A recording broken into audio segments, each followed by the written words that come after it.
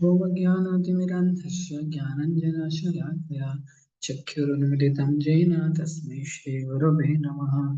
नमो विष्णुपादाय कृष्णपृष्ठाय भूतले श्रीमते लोकनाथ स्वामिनीते नामिने। नमो विष्णुपादाय कृष्णपृष्ठाय भूतले श्रीमते भक्तिवेदान्त स्वामिनीते नामिने।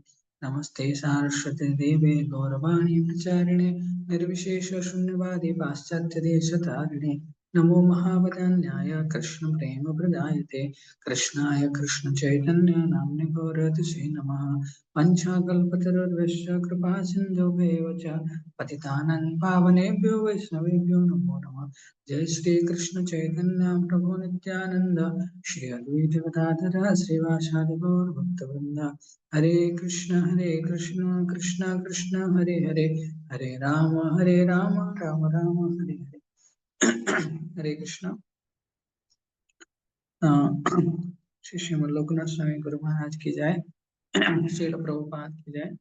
हमें गुरु महाराज द्वारा रचित ହେଇଥିବା ଗୋଟେ ସୁନ୍ଦର ପୁସ୍ତକ मेरे प्रभुपाद ହିନ୍ଦୀରେ ଅଛି, ଦେଖିପାରିବ मेरे प्रभुपाद। ଏଇ ପୁସ୍ତକ ଆମେ ଅଧ୍ୟୟନ କରିବା ଯେହେତୁ गुरु महाराजଙ୍କର 50ତମ ସନ୍ନ୍ୟାସ ଆନିଭର୍ସରୀ ଆମେ ପାଳନ କରିବା ପାଇଁ ଯାଉଛେ। ତେଣୁ ଗୁରୁ ମହାରାଜଙ୍କ ବିଷୟରେ ଆମେ ଜାଣିବା, ପ୍ରଭୁପାଦ ଏବଂ ଗୁରୁ ମହାରାଜଙ୍କ ବିଷୟରେ। ସୁନ୍ଦର ପୁସ୍ତକ ହିନ୍ଦୀରେ ଅଛି, ତ ମୁଁ ଚେଷ୍ଟା କରିବି ହିନ୍ଦୀ को श्रवण କରିବା ପାଇଁ। ପ୍ରଭୁପାଦ ଗୁରୁ ମହାରାଜ ପ୍ରଭୁପାଦଙ୍କ ଭିତରେ ଯୋଉ କନଭରସେସନ ଅଛି କେମିତି ସୁନ୍ଦର ଭାବରେ ଉପସ୍ଥାପିତ କରିଛନ୍ତି।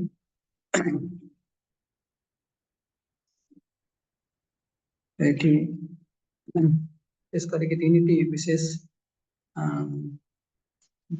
अध्याय अच्छी आमुख भूमिका एवं तीन अध्याय। प्रथम अध्याय आपका जस त्रिभुवन में आलोकित हो एवं जस घोषित त्रिभुवन। तापरे श्रद्धांजलि समर्पण का पुष्पहार। बहुत लंबा विषय अच्छी। तापरे अंतिम भाग रे प्रेमपूर्ण विनिमय एवं प्रस्तावना। आज आमे आमुख स्टार्ट करियो। ओके, हरे कृष्ण। श्रील प्रभुपाद की जय। आमुख। जब हमने पहली बार प्रभुपाद शताब्दी समारोह की चर्चा प्रारंभ की और उत्सव की अंतर्निहित सिद्धांतों एवं उद्देश्य के बारे में विचार किया, तब यह सोचा गया कि इस पूरे उत्सव का संचालन श्रील प्रभुपाद का आधुनिक जगत के आध्यात्मिक गुरु के रूप में चुनाव के अभियान के रूप में किया जाता है। जिस तरह राजनीतिक अभियान एक संगठन एवं उसके नेताओं को सम्मान सामने रखकर चलाया जाता है, उसी प्रकार ये शताब्दी समारोह अभियान भी पूर्ण पुरुषोत्तम भगवान श्री कृष्ण, उनके योगावतार श्री चैतन्य महाप्रभु एवं श्रील प्रभुपाद एक आध्यात्मिक गुरु जिन्होंने भगवान का बताया हुआ मार्ग आधुनिक जगत के समय प्रस्तुत किया के दार्शनिक पदानुक्रम को प्रस्तुत करेगा। हम संपूर्ण जगत को यह समझाने का प्रयत्न करेंगे कि वे श्रील प्रभुपाद ही थे जिन्होंने अपने पुस्तकों के माध्यम से स्वर्णिम योग का घोषणा पत्र संसार के समक्ष प्रस्तुत किया और एक ऐसे घर का निर्माण किया जिसमें सारा विश्व शांति से रह सकता है। मेरा मंत्र उपासक। ब्रह्म वैवर्त पुराण में भगवान श्री कृष्ण एवं माँ गंगा के बीच द्वारका में हुए एक संवाद का उल्लेख मिलता है। सभी पवित्र नदियों का पक्ष रखते हुए माँ गंगा ने चिंता व्यक्त की कि कलिकाल का आरंभ आने को है और भगवान का इस जगत को छोड़कर गोलोक धाम में वापस जाना निश्चित है। उन्होंने कहा, हे भगवान, हम देख रहे हैं कि आपकी लीलाओं का अंत होने वाला है तथा संसार के लोग अधिकाधिक भौतिकवादी होते जा रहे हैं। हम अभी तक आपकी अनंत करुणा की पात्र रहे हैं, किंतु अब जबकि आप चले जाएंगे और कलयुग के सभी पापी लोग हमारे जल में स्नान करेंगे, तब इतने अधिक पाप एकत्रित होकर निश्चय ही हमें व्याकुल कर देंगे। मंद मंद हंसते हुए भगवान ने उत्तर दिया, हे देवी, आप धैर्य रखें। इसी कली काल में 5000 वर्ष के पश्चात मेरा एक मंत्र उपासक इस संसार में आएगा, जो मेरे पवित्र नाम जप का प्रचार प्रसार करेगा। न केवल भारतवर्ष में, अपितु सारे विश्व में लोग उल्लास पूर्वक हरे कृष्ण कृष्ण कृष्ण हरे हरे, हरे राम राम राम हरे हरे मंत्र का जप करेंगे। इसके फलस्वरूप विश्व के समस्त लोग एक वर्ण हो जाएंगे और सभी केवल हरि भक्त के नाम से जाने जाएंगे। हरि भक्त अर्थात भगवान विष्णु के भक्त, जो कि इतने पावन हैं कि उनके संपर्क में आने वाले लोगों के भी पाप धुल जाएंगे। हे परम पावन हरि भक्त, भारतवर्ष में आकर आपके पवित्र जल में स्नान करेंगे और आपको अन्य जनों के पापों से मुक्त कर देंगे। सारे विश्व में यह हरे कृष्ण का जप 10,000 वर्ष तक चलेगा।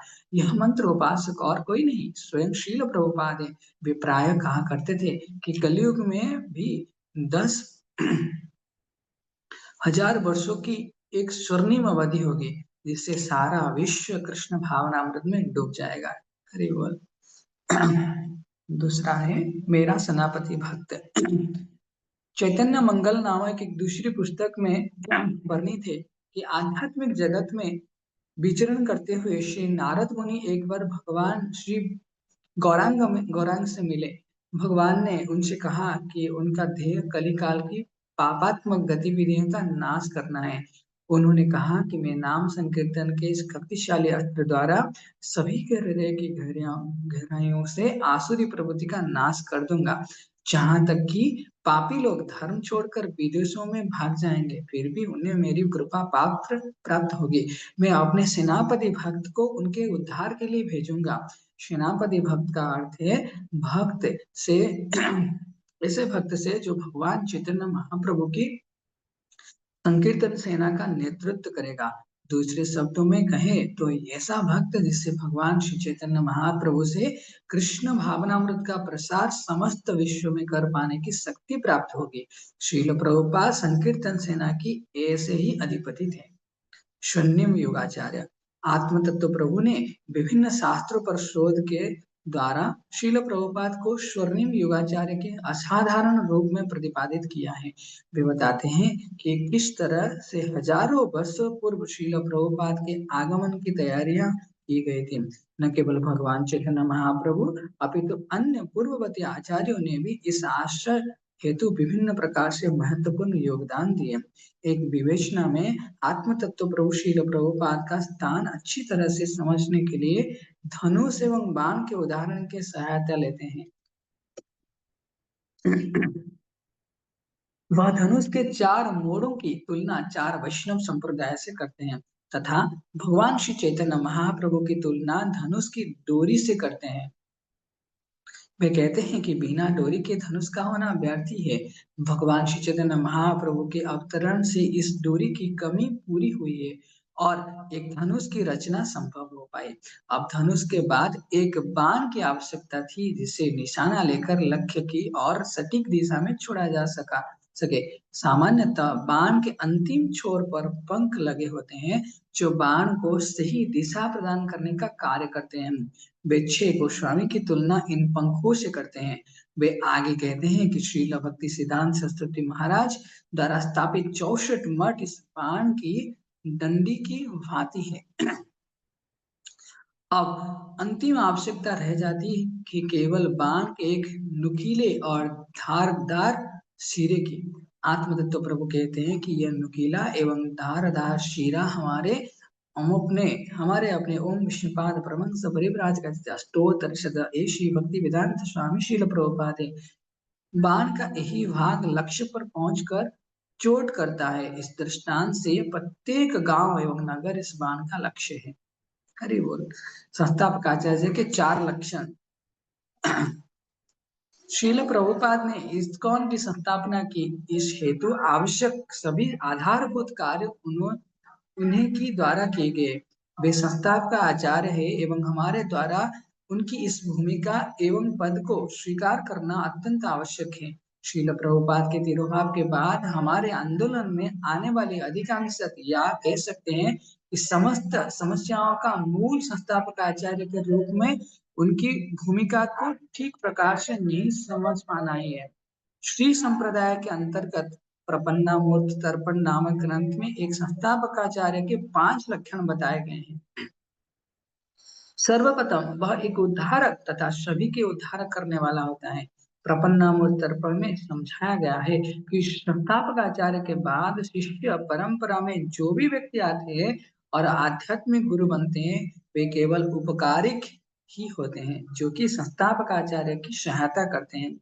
उनकी तुलना सैकड़ों पीढ़ियों के बाद भी कभी वह किसी भी दशा में संस्थापकाचार्य के साथ नहीं की जा सकती है।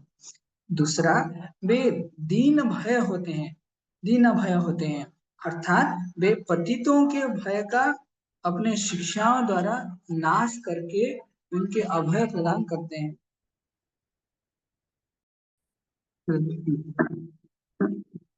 उनकी प्रकृति ही इस प्रकार की होती है कि जो भी उनकी शरण में आता है वह पूर्ण रूप से अभय हो जाता है।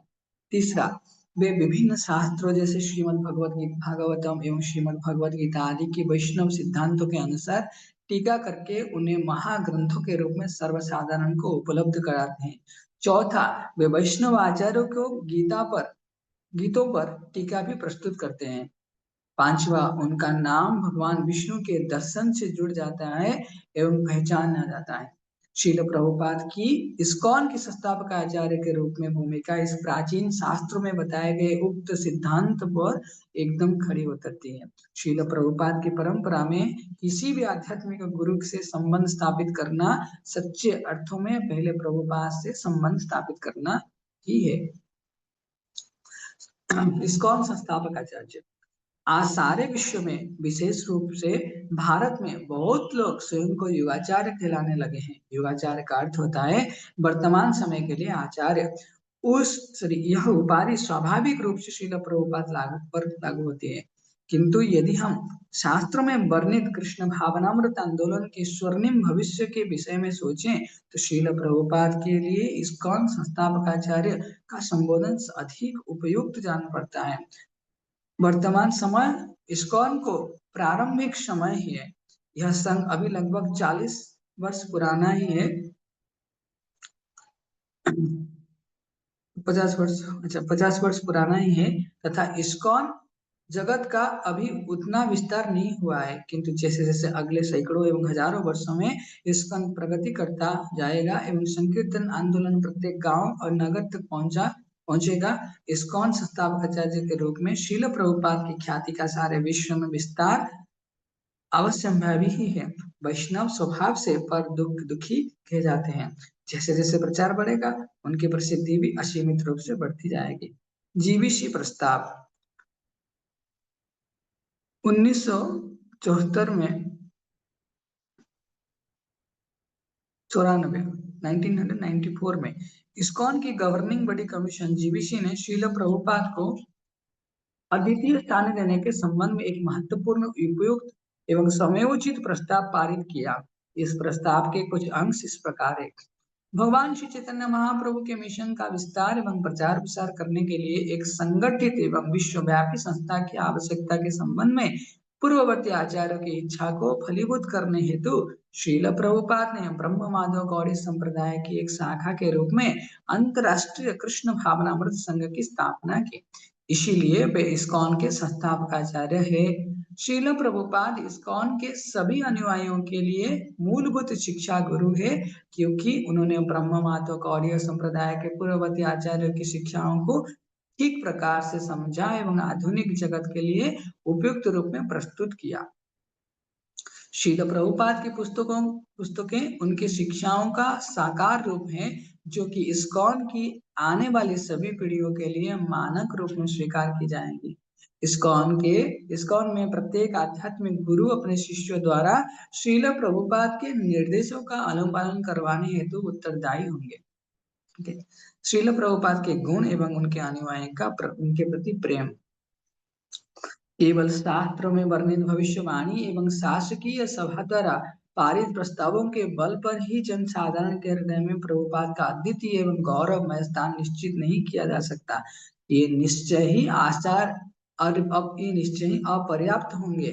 शास्त्रों में एक साधारण व्यक्ति के आविर्भाव से संबंधित भविष्यवाणी को पूरा करने के संबंध में भगवान आवश्यक गतिविधियों को बल प्रदान करते हैं। वे पूर्ण रूपेण योग्य एवं शुद्ध भक्त के समस्त लक्षणों से सुसज्जित व्यक्तित्व को आचार्य के रूप में भेजते हैं। श्रील प्रभुपाद वास्तव में एक असाधारण व्यक्तित्व है। निश्चय ही उनके व्यक्तित्व में परमात्मा के प्रति पूर्ण समर्पण का दर्शन होता है। यदि हम एक शुद्ध भक्त के लक्षण की सूची का अध्ययन करें तो पाएंगे कि श्रील प्रभुपाद में वे सभी लक्षण उच्चतम स्तर तक एक विद्यमान है। उनके हृदय में सभी जीवात्माओं के प्रति करुणा थी। उनका भगवान श्री कृष्ण में अटल विश्वास एवं उनकी इच्छाओं को पूरा करने के प्रति सतत अनुराग था। वे नाम प्रसिद्धि और महिमा मंडन की लोभ से कोसों दूर थे। उनके व्यक्तित्व में काम वासना, ईर्ष्या तथा लालच का लेश मात्र भी ढूंढना नहीं जा सकता। उनकी विनम्रता उदाहरण योग्य थी। वे लौह समान दृढ़ निश्चयी थे एवं उनका धैर्य असीमित था। उनका विनोद भाव अत्यंत मधुर एवं उदात्त था। उनकी करुणा की वृष्टि सभी पर समान रूप से होती थी। वे सदैव असीमित उत्साह भाव से परिपूर्ण रहते थे। वे कुशल, शांत, कवित्वपूर्ण, क्षमाशील और अनासक्त थे। वे एक महान आध्यात्मिक गुरु, वेदों में पारंगत विद्वान एवं कृष्ण के विश्वास पात्र सेवक थे। जो शील प्रभुपाद के गुणों को अध्ययन करते हैं वे उनके अनुयायियों की संख्या एवं उनके प्रति अगाध प्रेम के कारणों को स्पष्ट रूप से में समझ सकते हैं। कोई भी निष्ठावान व्यक्ति उनको पहली दृष्टि में ही भगवान के शक्तिशाली दूत के रूप में पहचान सकता है। व्यास पूजा के अवसर पर आने वाली यह पुस्तक श्रील प्रभुपाद के प्रति प्रेम की भावनाओं से परिपूर्ण है। जैसे जैसे आप इसे पढ़ते जाएंगे, आप श्रील प्रभुपाद के प्रति अनेक उनके अनुयायियों के प्रेम पूर्ण समर्पण की मधुर सुगंध का अनुभव कर सकेंगे। ऐसा नहीं है कि सिर्फ उनके अपने शिष्य ही उनके प्रति प्रेम की भावना रखते हैं, उनके प्रशिष्यों में भी उनके प्रति प्रेम की तीव्रता में कोई अभाव नहीं पाया जाता। यह प्रेम एक तरफ से संक्रामक है, क्योंकि यह हृदय से बहता है जो कि आत्मा का निवास स्थल है। श्रील प्रभुपाद के प्रति यह पवित्र प्रेम पीढ़ी पर पीढ़ी जाता वह हजारों वर्षों तक विद्यमान रहेगा। जैसा मैंने किया वैसा तुम करो। शताब्दी समारोह रूपी कमल का एक पल्लव प्रभुपाद भावनामृत का विस्तार करना है। चेतना भावनामृत सभी जीवात्माओं की प्रेरक शक्ति है एवं उनके सभी कार्यों का संचालन इसी से होता है। जब हम पूर्ण रूप से प्रभुपाद भावनामृत को पा लेंगे तब श्रील प्रभुपाद के हाथों में ही हमारे विचार, अनुभूति एवं भावनाओं का निमंत्रण होगा। वे भक्त जिन्होंने इस तरह का प्रभुपाद भावनामृत पा लिया है वे उनके भांति सोचने एवं अनुभव करने लगेंगे। यही सच्ची अर्थों में उनका अनुसरण करना है। श्रील प्रभुपाद ने एक ऐसे आध्यात्मिक आंदोलन की परिकल्पना की थी जो 10,000 वर्ष तक चलता रहेगा। हमें सावधानी पूर्वक अध्ययन करना चाहिए कि उन्होंने किस प्रकार अपने सभी आशय एवं परियोजनाओं को कार्यान्वित किया। इस्कॉन उनका अपना आंदोलन है। यदि हम सच्चे अर्थों में उनका अनुसरण करना चाहते हैं तो हमें इस बारे में सोचना होगा कि इस्कॉन के लिए उनकी परिकल्पना क्या थी, उनकी इच्छा क्या थी, विभिन्न क्षेत्रों की गतिविधियों के लिए उनके निर्देश क्या थे, उन्होंने संघ का प्रबंधन किस प्रकार किया। प्रार्थना श्रील प्रभुपाद के 100वें आविर्भाव दिवस पर मेरी विनम्र प्रार्थना है कि हम उनको एक क्षण के लिए भी ना भूलें। यदि ऐसा होता है तो श्री कृष्ण को कभी नहीं भूलेंगे, क्योंकि श्रील प्रभुपाद ने स्वयं श्री कृष्ण के प्रति तन्मयता की उत्कृष्ट स्थिति को प्राप्त कर लिया है। लोकनाथ स्वामी। तो ये था भूमिका। अब सर ये था आमुख प्रीफेस, भूमिका हम श्रवण करेंगे। भूमिका। श्रील प्रभुपाद ने जनवरी 1977 में रात के ट्रेन से इलाहाबाद से कलकत्ता की यात्रा के दौरान कहा था, इतिहास एक समय को याद रखेगा कि किस तरह कृष्ण भावनामृत आंदोलन ने संपूर्ण विश्व को बदल दिया। यह पुस्तक इसी यह पुस्तक उसी इतिहास का एक पृष्ठ लिखने का छोटा सा प्रयास है। जब भी भावी इतिहासकार लिखने का प्रयास करेंगे यह आंदोलन किस प्रकार प्रारंभ हुआ था, मेरे प्रभुपाद पुस्तक से उन्हें कुछ सहायता मिल सके। मेरे प्रारंभिक जीवन में मुझे महान व्यक्तियों की जीवनियां पढ़ने में अत्यधिक आनंद आता था। उनमें से सबसे मूल्यवान रत्न तुल्य व्यक्ति के संपर्क में आने से मुझे मिलने वाले आनंद की सीमा का अनुमान लगाना कठिन है। इस्कॉन में सभी का शील प्रभुपाद के साथ संबंध रहा है। कुछ लोगों को अनेक वर्षों तक उनके व्यक्तिगत सानिध्य का सौभाग्य मिला है, जबकि कुछ विशेष प्रणेक उनके प्रशिष्य कभी उनसे मिले भी नहीं, परंतु सभी के लिए यह संबंध अद्वितीय और विशेष है। सभी इस्कॉन सदस्यों के हृदय में शील प्रभुपाद के लिए विशेष स्थान है। वे उनके निर्देशों, स्मृतियों एवं उदाहरणों को परम धन मानते हैं। हम सभी के पास अपने अनोखे मेरे प्रभुपाद हैं। इस पुस्तक के माध्यम से मैं मेरे प्रभुपाद को सभी के साथ बांटना चाहता हूँ। शील प्रभुपाद के व्यक्तित्व के वे पहलू जो मेरे हृदय को छू गए और जो मुझे इस्कॉन की सेवा करते रहने के लिए प्रेरित करते हैं। मैं अपने कुछ गुरु भाइयों से भी प्रेरित हुआ हूँ, जैसे परम पूज्य गोपाल कृष्ण गोस्वामी महाराज, जिन्होंने अत्यंत प्रेम पूर्वक अपने सभी व्यास पूजा लेखों को एक पुस्तक के रूप में संकलित किया है। मेरे प्रभुपाद पुस्तक को 3 भागों में विभाजित किया गया है। भाग 1, इस भाग में शील प्रभुपाद की 108वीं वर्षगांठ 2004 से 2008 के अवसर पर मेरे द्वारा लिखे गए 3 भगवत दर्शन पत्रिका के लेख का संचय है। भाग 2, इस भाग में मेरे द्वारा सन 1992 तक के व्यास पूजा पुष्पांजलि ऑफरिंग्स का संकलन प्रस्तुत किया गया है, जिनकी संख्या 48 से अधिक है। भाग 3, इसमें श्रील प्रभुपाद का मुझको लिखे गए 3 पत्रों का संकलन है। प्राकृतिक रूप से मैं श्रील प्रभुपाद के साथ अपने संबंध, उनके साथ हुई भेंटों एवं उनके द्वारा मुझे दिए गए निर्देशों का स्मरण करने के लिए प्रवृत्त हूँ। जैसे जैसे समय बीतता गया है, कुछ स्मृतियां धुंधली पड़ गई। समय का प्रभाव ऐसा ही है, विशेषकर इस कलिकाल में। श्रील प्रभुपाद कहते हैं, यदि तुम किसी बात को स्मरण रखना चाहते हो तो उसे लिख कर रखो। ऐसा ना करने के लिए मैं अपने आप को कोस रहा हूँ। यदि मैंने उनसे हुई प्रत्येक भेंट के विषय में विवरण लिखकर रखा होता तो आज मेरे पास उनका स्मरण करने के लिए प्रचुर मात्रा में सामग्री होती। जब मैं गंभीरता से श्रील प्रभुपाद के साथ अपनी स्मृतियों का संकलन करने बैठा एवं प्रभुपाद द्वारा संवादों एवं पत्रों के माध्यम से दिए गए विभिन्न निर्देशों एवं सुझाव को निरीक्षण करने लगा तो वे सारी स्मृतियां और अधिक अर्थपूर्ण रूप से मेरे सामने आई और पहले से कहीं अधिक गहन आशय संप्रेषित करने लगी।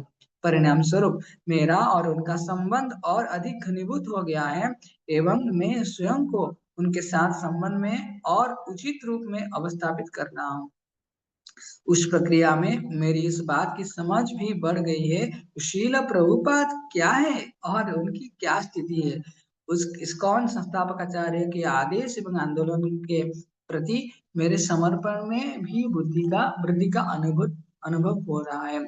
शील प्रभुपाद सभी शिष्यों के साथ यथोचित व्यवहार किया करते थे। शील प्रभुपाद की अपने विभिन्न शिष्यों के साथ संबंधों में मधुरता अध्ययन का विषय है, किंतु साथ ही साथ किसी एक शिष्य के प्रति उनके निर्देश एवं व्यवहार केवल उसी तक सीमित नहीं है, वे कृष्ण के अर्जुन को उपदेश के समान सार्वभौमिक है। मैं उन सभी भक्तों का ऋणी हूँ जिन्होंने शीला प्रभुपाद से जुड़ी अपनी स्मृतियां मेरे साथ बांटी और मुझे प्रेरणा और दिशा पाने में सहायता की। मैं आशा करता हूँ कि मेरे प्रभुपाद सभी पाठकों को शील प्रभुपाद को स्मरण करने और उनके साथ अपने संबंधों को दृढ़ निश्चय करने में सहायक सिद्ध होंगे। शील प्रभुपाद ने हम सभी के हृदय को जीत लिया था। फलतः हमारे जीवन में उनके आंदोलन के अतिरिक्त और कोई रुचि नहीं थी। हम 100% उनके थे एवं वे भी हमें इसी यही आभास कराते थे कि वे भी 100% हमारे ही हैं।